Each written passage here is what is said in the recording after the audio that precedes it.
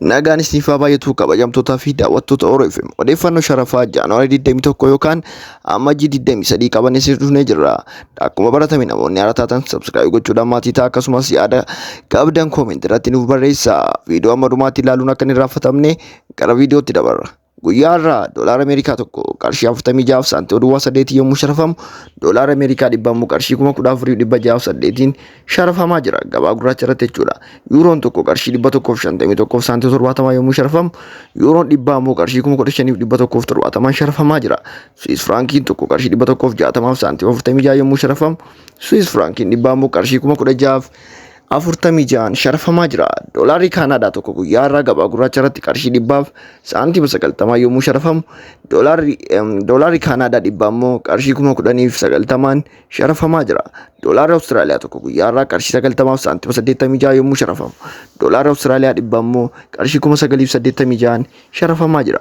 Paawundiin tokko qarshii 181 saantii 21 gabaa gurraacha irratti yommuu sharafamu paawundiin dhibba immoo qarshii 18,121 sharafamaa jira.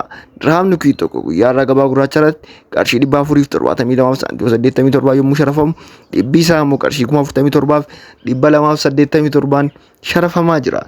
Dirhaamni Dubaay tokko guyyaa irraa qarshii 39 saantii 75 yommuu sharafamu dhibbi isaa immoo qarshii 3,975 sharafamaa jira.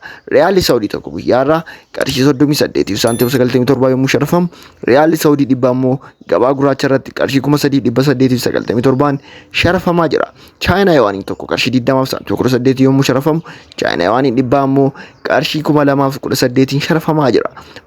Riyaalli Oomaan tokko guyyaa irraa qarshii 379 saantii 4 yommuu sharafamu dhibbi isaa immoo qarshii 37,914 sharafamaa jira. Dirhaamni Joordaan tokko qarshii 205 saantii 99 yommuu sharafamu dhibbi isaa immoo qarshii 20,599 gabaa gurraacha irratti sharafamaa jira. Dirhaamni Baariin tokko guyyaa irraa qarshii 385 saantii 97 yommuu sharafamu dhibbi isaa immoo qarshii 38,697 sharafamaa jira. Liireen Turkii tokko qarshii 4 saantii duwwaa 6 yommuu sharafamu liireen Turkii dhibba immoo qarshii 406 sharafamaa jira. Kabajamtootaa fi daawwattoota keenya odeeffannoo sharafaa guyyaa irraa kana fakkaata kan gabaa gurraacha jechuudha. Akkuma baratame yaada qabdan comment irratti akkasumas namoonni naannoo kana sharafa keessan sharaftanii beektan yookaan maallaqoota biyyeen alaa sharaftanii beektan qarshii meeqaan akka sharaftan comment irratti nu barreessaa. Waan hojiin turtaniif galatoomaa nagaan tura.